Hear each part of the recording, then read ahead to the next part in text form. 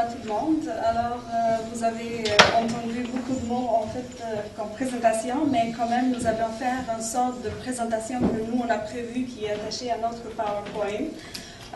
Nous avons un restant inhabituel, mais on va laisser à la fin ce petit détail pour expliquer pourquoi on garde pendant une conférence un objet qui n'est pas habituel pour un conférencier. Ben, je n'avais pas prévu, mais en général, quand on se présente devant le public pour une performance ou une présentation, il y a aussi l'émotion de la rencontre et on se pense pour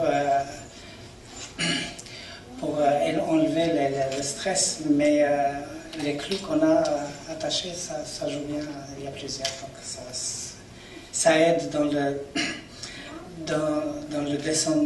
la descente dans la réalité.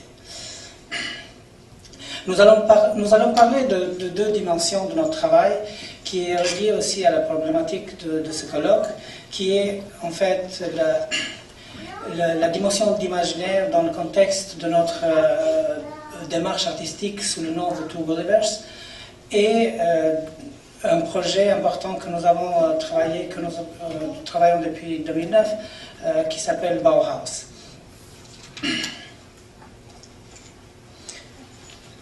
Alors, depuis 1998, vous avez déjà entendu, nous travaillons en collaboration sur le nom d'artiste de Two Gullivers, adoptant le nom du héros du roman Le voyage de Gulliver de Jonathan Swift. Nous avons aussi adopté et développé une philosophie de voyage et de la rencontre dans notre œuvre performative. L'appropriation de ce nom a une signification particulière par rapport à l'intégration de l'homme et des changements constants dans de nouveaux territoires qui parvient à être adoptés et à devenir plus créatifs. Le corps humain en relation avec des nouveaux espaces est au centre de notre démarche artistique. En plus d'utiliser notre corps dans l'art de la performance depuis 2009, nous avons conçu et nous continuons à développer le projet intitulé Bauhaus qui a été présenté à 6 reprises en versions semblables mais différentes. Faisant référence au concept interdisciplinaire de l'école d'art du Bauhaus en Allemagne de 1919-33 et au mot maison de construction Bauhaus, le projet consiste en la construction d'une œuvre artistique où vivre et créer se confondent pour devenir une seule et la même expérience. Bauhaus est une méthode d'exposition de notre vie quotidienne avec nos 3 enfants dans des lieux publics, galeries, musées, etc. Le public est un élément important de ce projet où il est invité à participer à tout moment. L'ensemble du concept est construit sur la base du recyclage et de la recréation, à l'adaptation des conditions circonstancielles de l'humain dans les temps de la modernité. Nous allons présenter le Bauhaus par la notion d'expérience, par une approche phénoménologique où la réalité n'a pas besoin d'interprétation. Le Bauhaus serait donc le tonneau performatif d'un Diogène contemporain. Alors, normalement, je me présente toujours avec mon nom, Flutura Preka. Et moi, Pesnik Hadjilare. Mais avec le temps, en 1998, nous, on devient les Two Gullivers, ou bien les deux Gulliver. Nous avons adopté tout d'abord le symbole, le concept de Gulliver, après plusieurs voyages en Europe pour des expositions, pour des études, et on s'est rendu compte qu'à un moment donné, tiens, peut-être c'est le personnage qui nous ressemble, qu'on lui ressemble, et qui trace d'une certaine façon aussi notre démarche artistique. Et après Gulliver, nous sommes devenus The Two Gullivers. Et ainsi, en 1998, nous avons adopté un nom. Nous nous sommes identifiés à Gulliver et nous avons adopté une signature et démarche artistique en duo en faisant en même temps,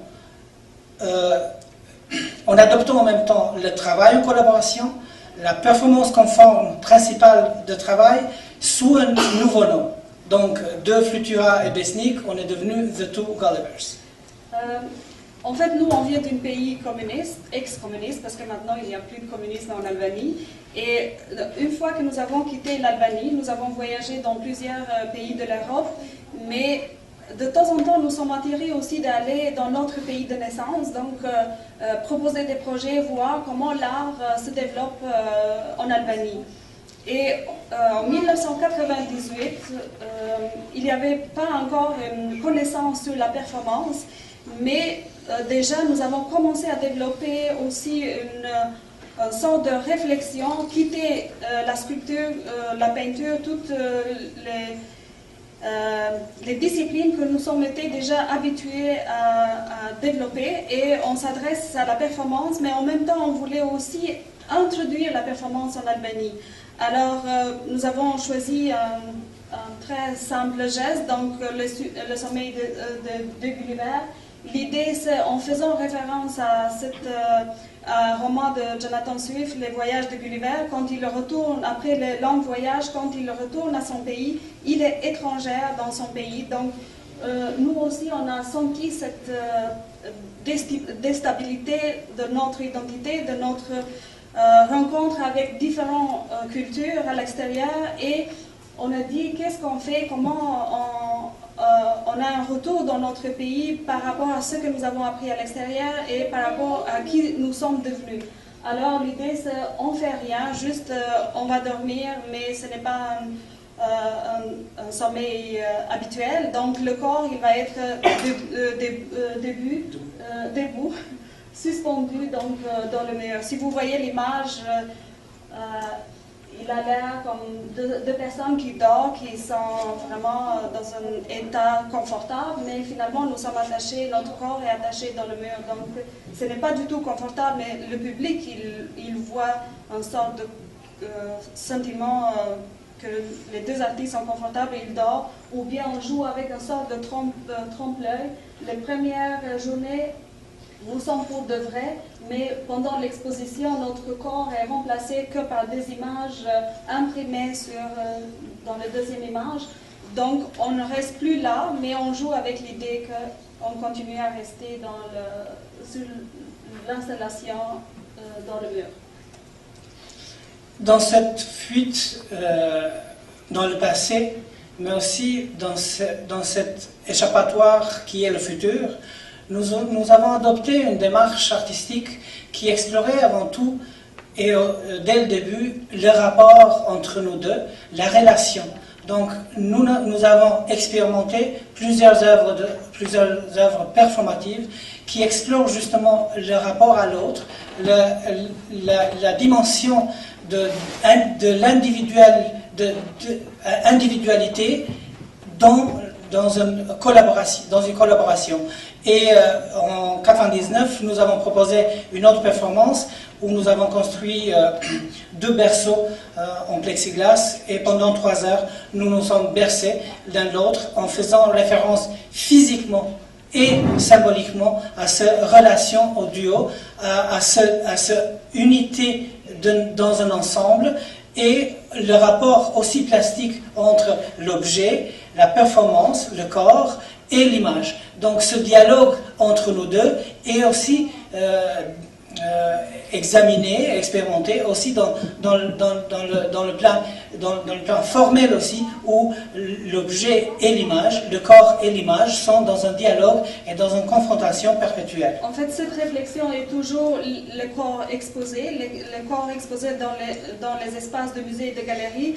Donc nous avons vécu cette défi avec le musée. Chaque fois que nous avons voulu présenter notre œuvre dans les musées et galeries, c'était la question de temps. Alors, nous avons allé vers une perspective, proposer une sorte de performance attachée à un objet, donc, et avec l'idée aussi que nos corps pourraient être remplacés par d'autres personnes, parce qu'il y a des expositions qui ont voyagé des mois d'un pays à l'autre. Alors l'idée c'était que nos corps deviennent remplaçables par d'autres personnes, donc que l'installation peut être donc une œuvre aussi performative. Donc soit le public, soit les personnes que le musée il invite pourraient nous remplacer. placés dans ce type d'art?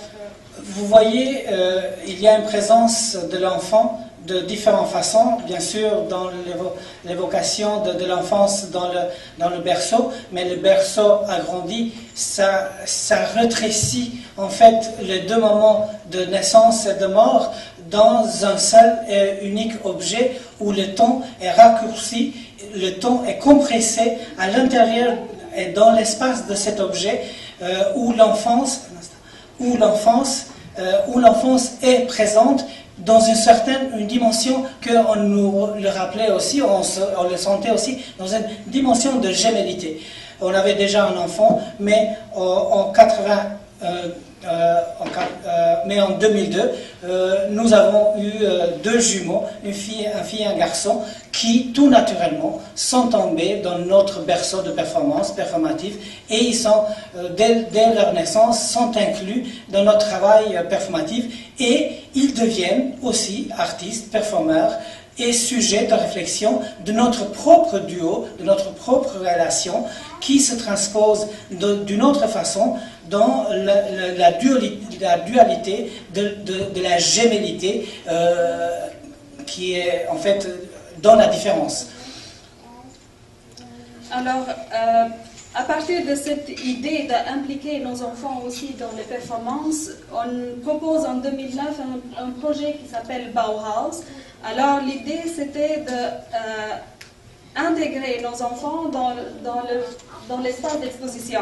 Pour nous, une exposition, ou bien chez nous, il n'y avait pas de limite. Donc, dès qu'on commence les préparations pour aller dans un espace d'exposition, donc l'exposition commence de chez nous, la préparation comme une famille, quand on va dans un pique-nique ou bien dans un voyage dans différents pays. Alors, tout le monde se prépare pour aller s'exposer, en fait, de participer dans des longues présentations publiques. Les enfants sont déjà préparés et ils restent toujours avec l'idée bien sûr que la première chose qu'ils demandent c'est est-ce qu'on a le droit d'amener nos objets personnels. Donc on commence par un simple auto où on met tous les objets d'exposition, mais qu'il n'y a pas une limite entre l'objet d'un pique-nique ou bien d'aller dans un chalet ou...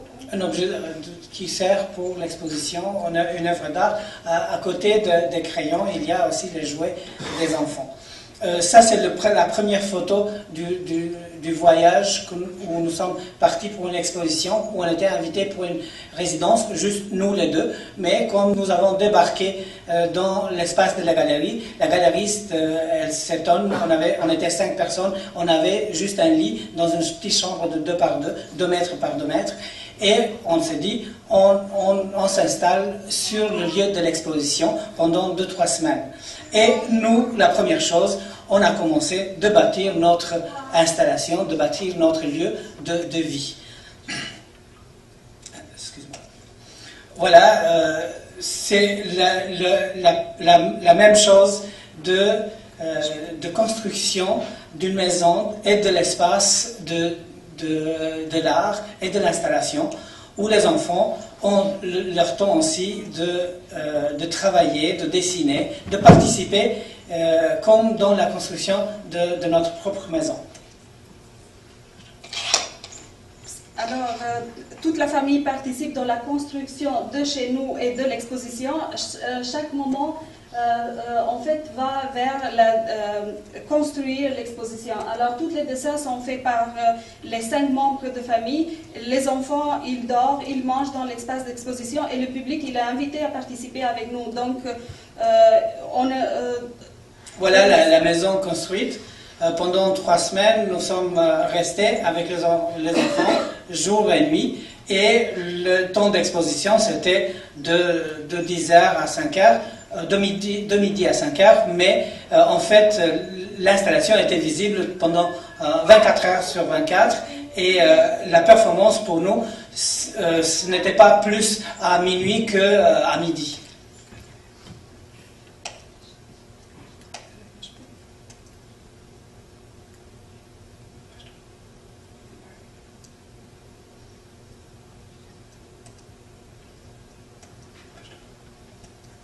Alors le dessin qui sert comme protection, il est aussi transparent. Donc vous avez remarqué l'intégration de l'objet transparent, de dessin transparent dans notre travail, où la transparence, c'est une sorte de fantôme de la performance que nous appelons frozen performances, des performances gelées, où l'objet transparent, la matière transparente, fige l'action tout en le présentant et le mettant en évidence.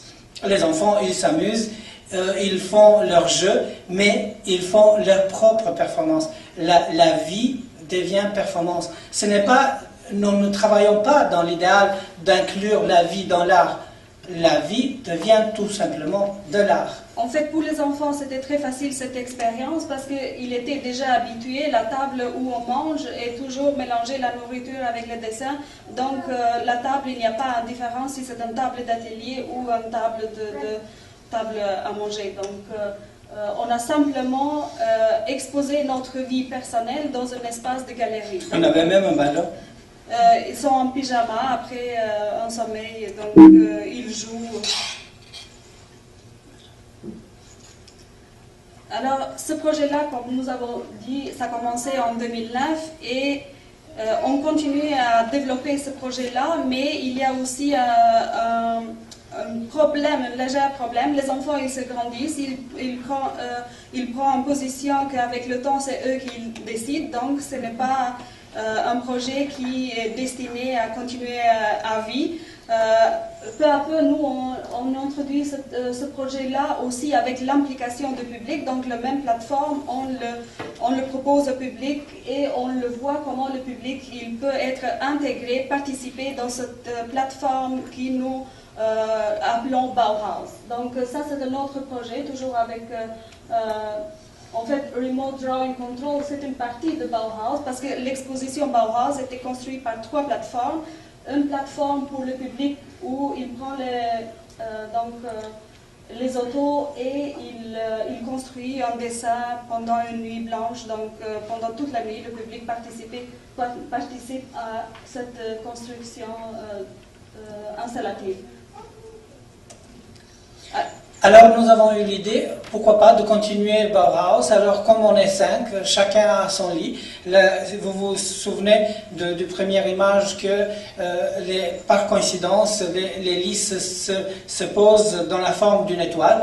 Et on s'est fait la relation d'une étoile où chacun aurait sa partie. Alors nous avons imaginé la construction d'une étoile rouge en 6 morceaux où il y aurait une partie centrale comme la table et chacun aurait presque sa propre lit. Alors, mais bien sûr, l'idée de l'étoile rouge, ça nous ramène aussi dans notre enfance de l'Albanie communiste, où l'étoile, c'était le symbole du communisme, mais plus tard, on a appris que l'étoile, c'était aussi le symbole du dessin et de beaucoup d'autres choses que nous, on connaissait juste seulement que l'étoile, ça appartenait au communisme et à notre idéal communiste dans cette Albanie communiste.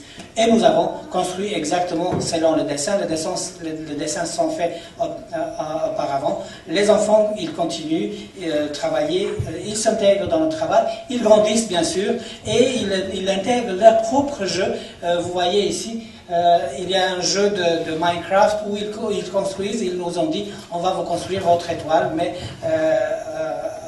sur notre jeu Minecraft. Voilà l'étoile une fois faite. Nous avons imaginé des centaines et des milliers de façons de combinaison. Il y a un nombre infini de combinaisons de formes qui adaptent et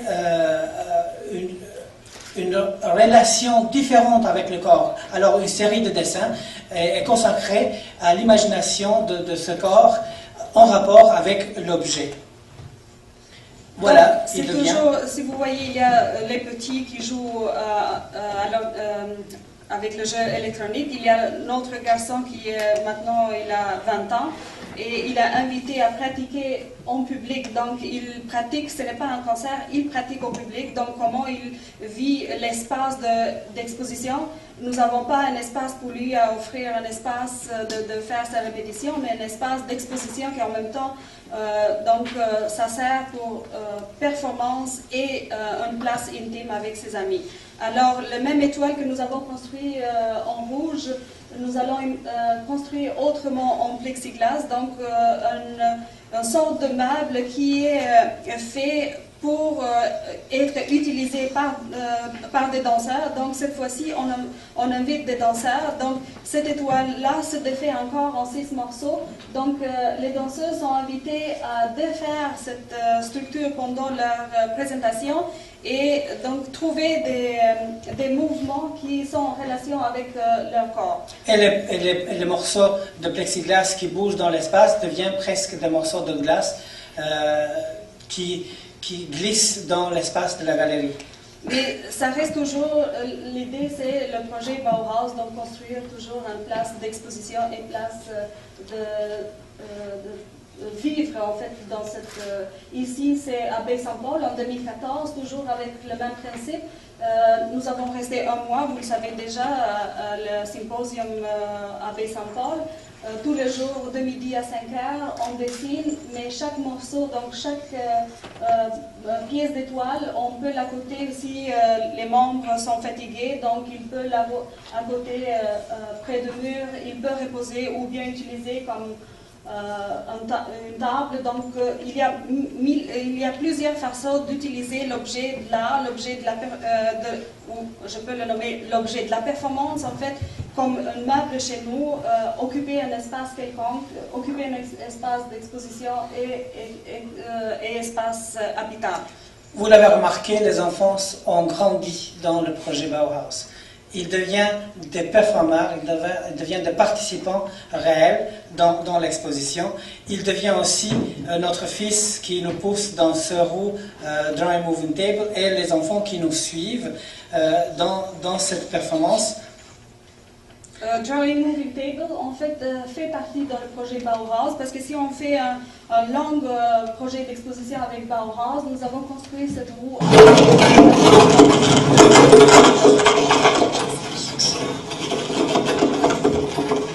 Juste quelques secondes pour vous montrer comment nous avons vécu pendant un mois. Donc tous les jours, nous sommes montés sur cette roue-là et nous avons dessiné. Donc toujours le corps, il est dans une position. Nous sommes déstabilisés pendant tout le temps. Il y a des caméras installées dans la roue. L'idée aussi de présenter cette performance devant un objet de patrimoine dans une architecture de Québec. Donc le projet va être développé en rapport avec l'architecture du pays. Donc chaque fois nous avons présenté devant un bâtiment qui a une histoire. Donc une fois qu'on présente l'objet, on va parler aussi sur l'architecture où on présente l'exposition.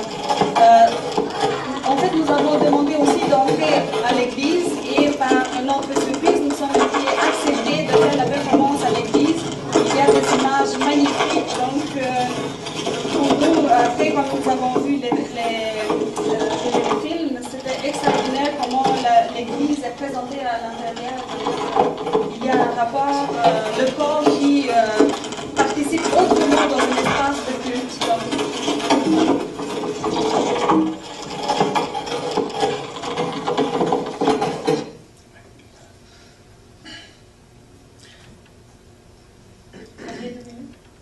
Conclusion? Oui. En fait, notre démarche artistique est confrontée à une réflexion aussi sur le reenactment.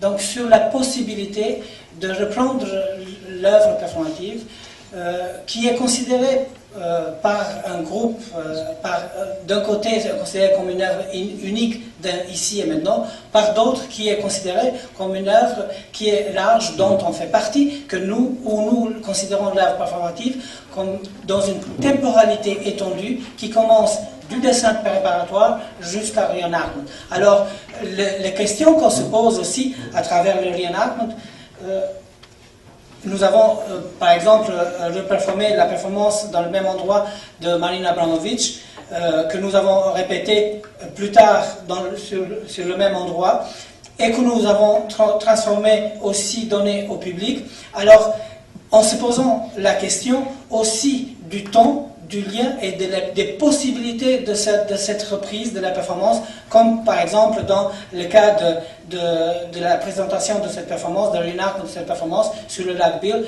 moins 22 degrés sur le lac gelé. En fait, après la rétrospective de Marina Abramovic, The Artist is Present, que nous avons participé avec elle, nous avons eu de longues discussions avec elle et nous avons eu toujours l'hypothèse que le corps transforme la performance. Quand on donne la performance à un autre interprète, donc la performance devient autre chose, ce n'est pas le même œuvre, ou bien ce même corps, si il va faire la performance dans un autre espace, donc l'espace et le corps transforment l'œuvre performative. Pour nous, ce n'est plus le même œuvre, même si l'idée de Marina Abramovic, de personnes qui restent devant l'autre, c'est une très belle idée, j'ai rien contre, j'ai aimé beaucoup l'expérience que nous avons fait avec elle, mais quand elle nous a donné la permission de refaire cette performance-là, la façon comment nous on le transforme ou bien on l'expose, la performance dans des ambiances autres qu'un espace fermé de galerie ou bien de musée, ça devient autre chose. La performance est conditionnée par notre corps, parce que le corps, dans un espace, dans une ambiance moins 20 degrés, juste quelques minutes peut rester, mais avec le temps, on est obligé à quitter cette température qui est mortelle. Donc la performance est conditionnée parfois aussi par l'espace. Donc le corps, il y a des limites. Et la reprise de notre propre performance avec les enfants et la reprise de la performance de Marina Abramovic sur le lac gelé pose la complexité, en fait, pose la question de la complexité en fait de la reprise et de la pérennité de l'œuvre performative dans une dimension éphémère mais documentaire. Alors juste un petit mot pour vous dire donc, pourquoi on a mis ce veston-là avec des clous. Ok, j'ai une autre image. Alors c'est une performance que nous avons fait au musée de Beaux-Arts à Québec. Et c'est une performance qui s'était faite par nous, ça devient une performance pour le public. Le souffle de l'artiste devient le souffle du public. Alors le veston que nous avons mis aujourd'hui, donc c'est lié avec un nom que nous avons présenté tout au début. On ne l'appelle pas conférence, mais pour nous c'est une conférence. Donc conférence, c'est une conférence présentée avec un action ou bien quelque chose performatif. Alors nous avons proposé en 2013 le mot conférence, ce mélange entre performance et conférence. Parce que nous sommes des artistes, on n'est pas vraiment des théoriciens. À partir de 2009, nous avons commencé à articuler notre pratique avec la théorie, mais on reste toujours des praticiens. Notre corps, il est toujours dans peut-être dans un sentiment pas confortable, on est dehors de notre zone de confort et c'est pour ça qu'on met quelque chose qui représente un peu cette peut-être inconfortabilité de nos corps dans une présentation théorique. Nous sommes des artistes, pour nous c'est très facile à faire en action performative. Quand on essaie d'articuler, on essaye, mais on est comme dans une peut-être expérience nouvelle. Alors l'artiste, il devient aussi théoricien. On joue donc on fait des recherches entre la genèse de la performance jusqu'à son archive. Alors voilà la dernière performance que nous avons fait. Mais merci beaucoup pour cette présentation. Et il nous reste de... Oui,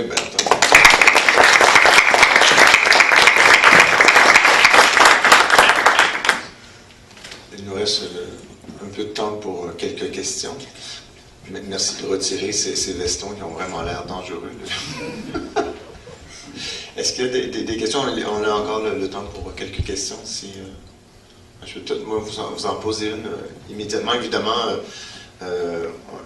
j'ai été interpellé par le nom que vous avez donné à votre votre duo, donc The Two Gullivers, et évidemment, donc, ça renvoie au voyage de Gulliver. Et je me demandais, un voyage qui évidemment qui a une grande dimension satirique, qui est une critique du politique du XVIIe siècle. Et je me demandais s'il y avait une dimension politique à ce nom Gulliver, et si, parce que j'ai l'impression que ça fait au moins presque 20 ans que vous avez, ou plus de 15 ans du moins, si j'ai bien compris, que vous avez le même nom, si le nom est resté avec sa pertinence toutes ces années-là, ou si avec les années, ça s'est un peu dissous, je m'excuse. Et quel est le lien en fait avec le Bauhaus? Parce qu'on a l'impression qu'entre Swift et le Bauhaus, il y a comme un écart assez important. Donc peut-être rapidement, parce que je pense que la question est importante. En fait, peut-être s'il y a un lien politique, oui, parce que Les Voyages de Gulliver, c'est un livre qui a été traduit aussi en Albanie pendant le communisme. Nous sommes été étonnés pour comment, en fait, c'est un livre un roman qui nous a attirés extrêmement. Donc, bien sûr, il est censuré parce que tous les livres qui sont traduits sont censurés, mais pour nous, c'est un roman très important pendant notre enfance. Et après, nous avons connu aussi le film.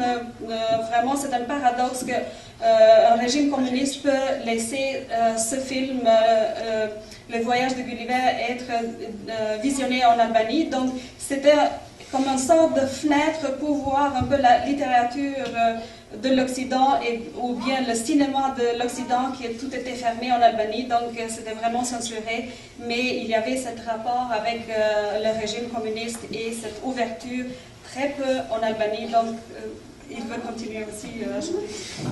Est-ce qu'il me reste quelque chose? En fait, avec la notion de Bauhaus, c'est relié aussi à la notion de futur dans l'idée de Bauhaus. Bauhaus voulait réinventer aussi le futur. Mais en fait, l'histoire, la réalité nous a rattrapés, en fait.